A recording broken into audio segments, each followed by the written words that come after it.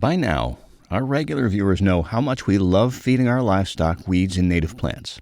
We've touched on what plant sorts treat everyday ailments like parasites, lactation for new mothers, and pain. We've even gone into what alternatives are out there when hay and alfalfa aren't available.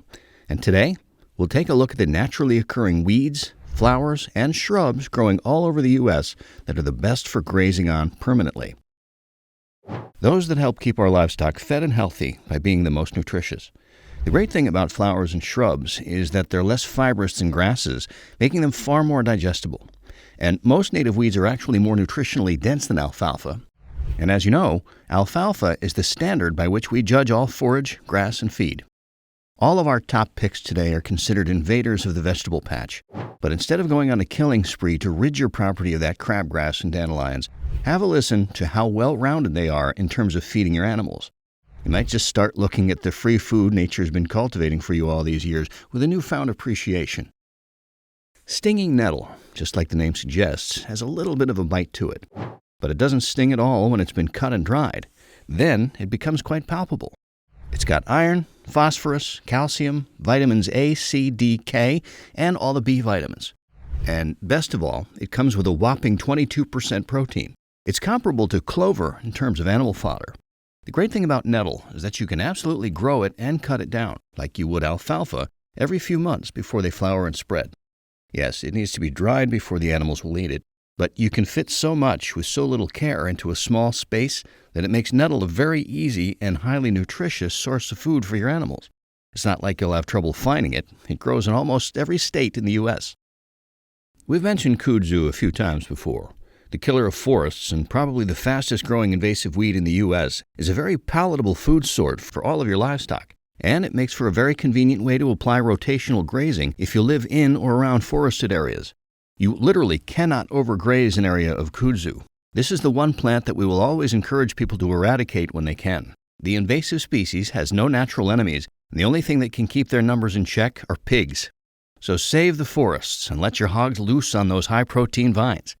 You can feed the high-demand hogs up to 60% with kudzu, and they'll be happy, healthy, and thriving. And speaking of devils that can take over, let's not forget crabgrass. Surprisingly, it's not just the 14% worth of protein that makes crabgrass so valuable. It's the ability to help cattle gain weight. It's the superior summer grass in terms of nutrition when compared to almost all other natural grazing grasses. It's not like you need to utilize any special treatment to get it to grow. Chances are it's already present in every corner of your property. It can be actively grown and cut into hay, especially since it grows so quickly and several harvests can be cut from it in a season. Your animals will seek it out if they're given half a chance to graze on their own, so consider making it a part of your seed mix if you're planting grazing fields.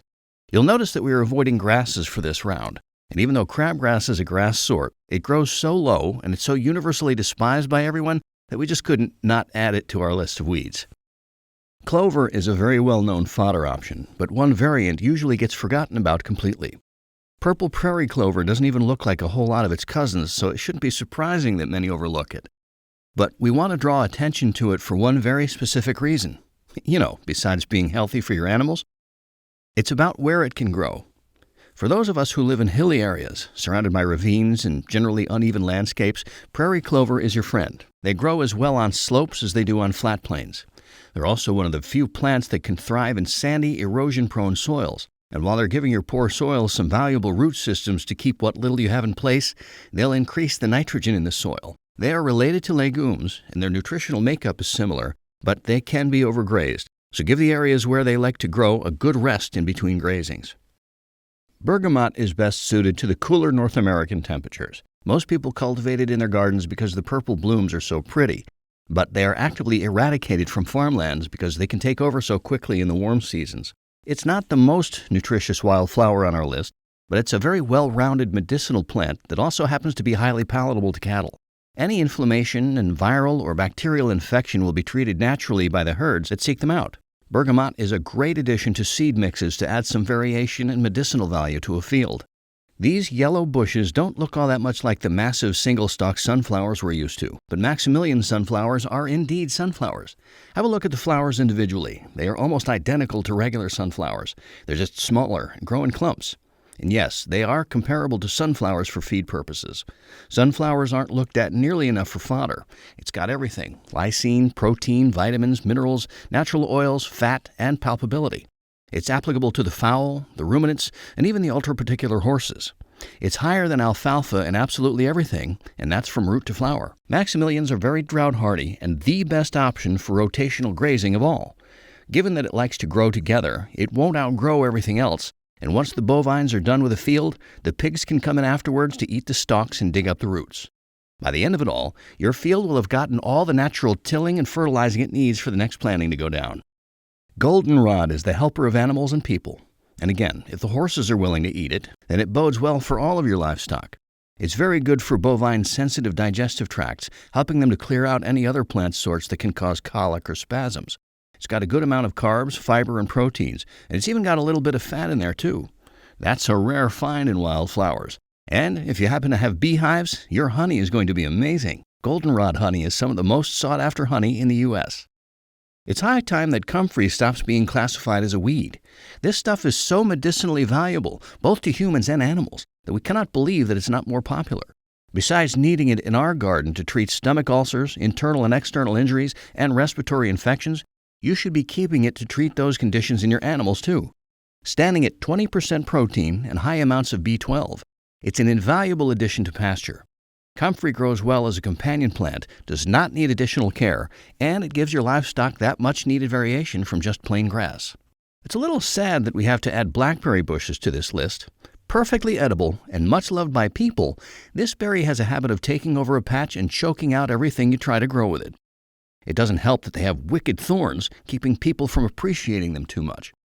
Most of the time, the bushes are burned out to make space for grazing grasses, but goats, pig, and cattle are perfectly capable of eating around those thorns, or in the case of pigs, not caring about them at all. Chickens will happily peck up any fallen berries and the bugs that have nested in the rotten fruits. Berries are some of the most nutritionally dense fruits on the planet, so it shouldn't be surprising that livestock does so well on it. Don't eradicate the bushes completely. Just because you find it too cumbersome to harvest the fruits doesn't mean your hooved friends won't. Burdock grows in most U.S. states, and seeing the purple blooms growing next to the road is so commonplace that we forget just how well-rounded it is as an herb.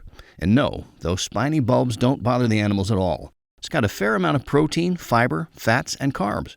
But that's not why it's on our list. It's because of the iron, calcium, and hormone balancing qualities it possesses. This makes it the perfect weed to feed your milking cows, goats, and sheep. Lactating is draining for anyone, and those girls can use all the help they can get. And we don't just mean for those who have calved recently, though it is very good for the recovery of reproductive organs. It's for the dairy production line too. You can benefit a great deal from those long tap roots in soil that's prone to erosion and generally dry and arid conditions. Knapweed grows all over the U.S. Really, there's no shortage of where it's willing to grow or in what conditions it can thrive. It's the ideal forage sort for those who are new to their properties and want as much variation on their land for as little time and effort as possible. High or low altitudes, a little wet or a little dry, cool or hot, really it grows everywhere. Knapweed is comparable to alfalfa and very palatable. It's only been in the last decade or so that knapweed's really been recognized as a very well-rounded feed. We always knew the livestock ate it, we just had no idea that it was this nutritious. Though, some animals, especially the cows, might not realize this. Goats, pigs, and sheep will try anything that's new, but cattle are a bit more careful about testing out new and unusual things. They might need to be introduced to it first, but we promise you, once they've had a taste, they'll never hesitate to eat it again. Dandelions are one of the most common weeds in the U.S. Please don't get rid of them. They just have so much to give you and your animals that it wouldn't make sense not to have them growing on your land. Every time a herd is set loose on a field, the dandelions are the first plant to be cleared.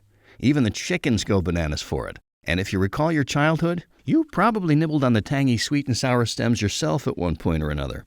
Many farmers cultivate dandelion fields just to bulk up their feed storages. It's got a little bit of everything, but it's very high in calcium, and surprisingly, it's got some calories and carbohydrates in it too. So unlike the other weeds and herbs that have a lot of nutrients but very little energy, dandelions will have the added benefit of helping animals gain weight too. And there you have it. The most nutritionally dense and well-rounded feed options that you've probably been trying to destroy for your entire adult life. Don't let the weeds get the better of you. Feed them to your hungry farm buddies instead. They'll be healthier for it, and you'll be happier knowing that the dreaded crabgrass invasion is no longer just good for giving you a headache. Nature's got all you need to help a well-fed and well-rounded farm supplied. You just need to know where to look. So what do you say? Do you agree with our favorite native feed options? Or have you been making use of a shrub or a wildflower that we aren't aware of yet? Let us know in the comments below. And while you're at it, leave a like and share this video. See you next week. Cheers. See you next